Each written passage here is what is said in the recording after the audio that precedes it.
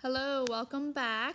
I just did a quick little workout and I decided to jump back on and read chapter 2. So, what I want you guys to do first is to discuss chapter 1 and talk about the characters and kind of what takes place in the first chapter. Alright, so in chapter 1, we learn about the characters. Luke is what I would consider the main character, and we learn that he is the third child in the family, and it's technically against the law to have more than 2 children, so he has to kind of hide and remain a secret. And we'll learn more about him in chapter 2. There was a law against Luke, not him personally, everyone like him. Kids who were born after their parents had already had 2 babies. Actually, Luke didn't know if there was anyone else like him. He wasn't supposed to exist. Maybe he was the only one. They did things to women after they had their second baby so they wouldn't have any more. And if there was a mistake and a woman got pregnant anyway, she was supposed to get rid of it.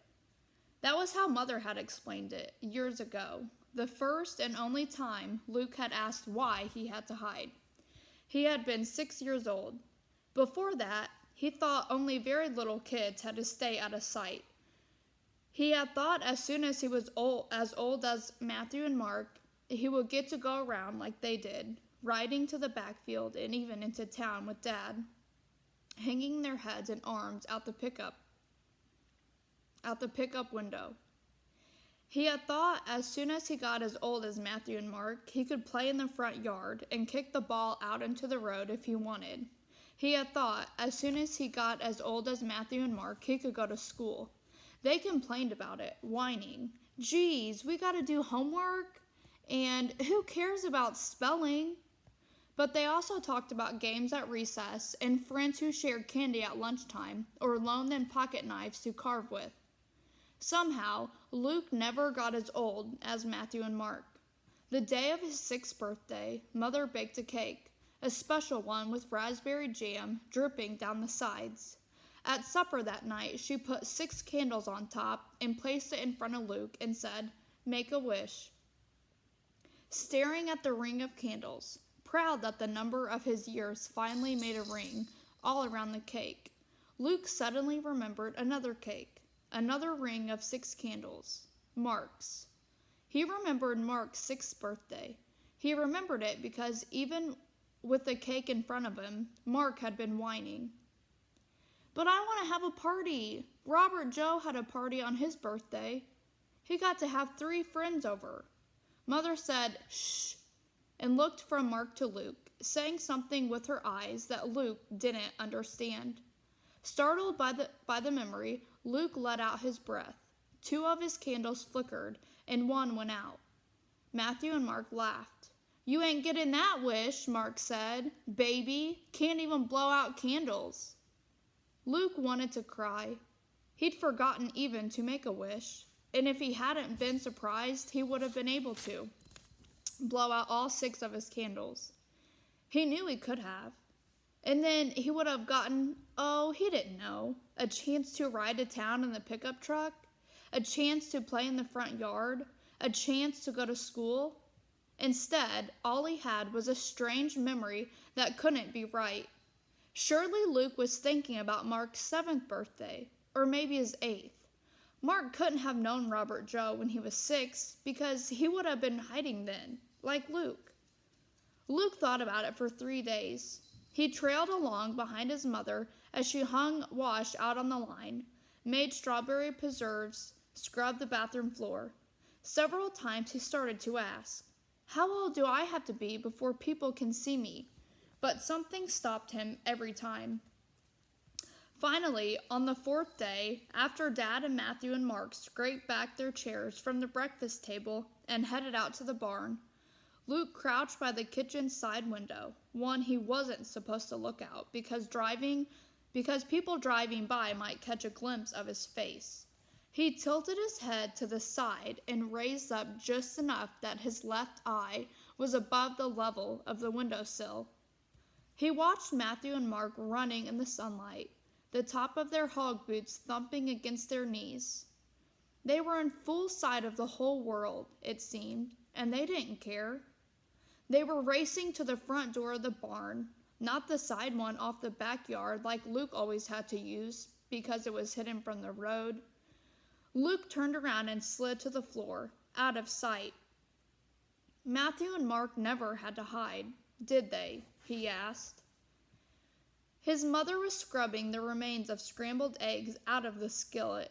She turned her head and looked at him carefully. No, she said. Then why do I? She dried her hands and left the sink, something Luke had almost never seen her do if there were still dirty dishes left to be washed. She crouched beside him and smoothed his hair back from his forehead. Oh, Lukey, do you really need to know? Isn't it enough to know things are just different for you? He thought about that. Mother was always saying he was the only one who could ever sit on her lap and cuddle. She still read bedtime stories to him, and he knew Matthew and Mark thought that was sissified. Was that what she meant? But he was just younger. He'd grow up.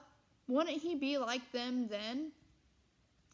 Then, unusual stubbornness, Luke insisted, I want to know why I'm different. I want to know why I have to hide. So Mother told him.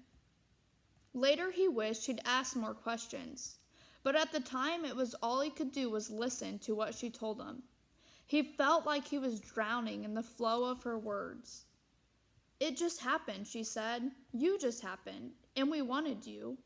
I wouldn't even let your dad talk about getting rid of you. Luke pictured himself as a baby, left in a cardboard box by the side of the road somewhere, the way Dad said people used to do it with kittens, back when people were allowed to have pets.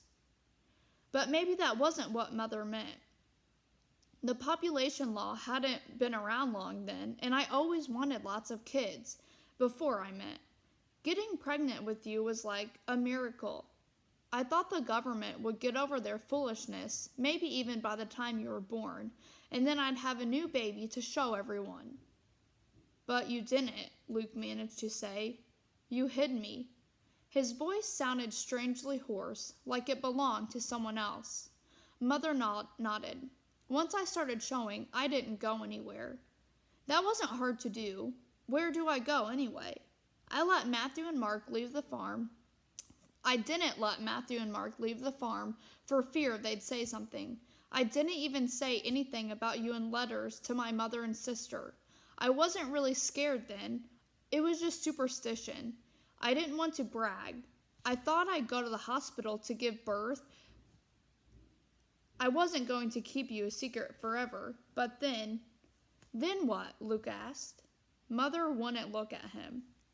Then they started running all that on TV about the population police, how the population police had ways of finding out everything, how they do anything to enforce the law.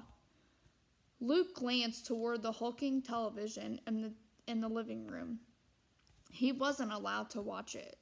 Why was that? And your dad started hearing rumors in town about other babies. Luke shivered. Mother was looking far off into the distance to where the rows of new corn plants met the horizon.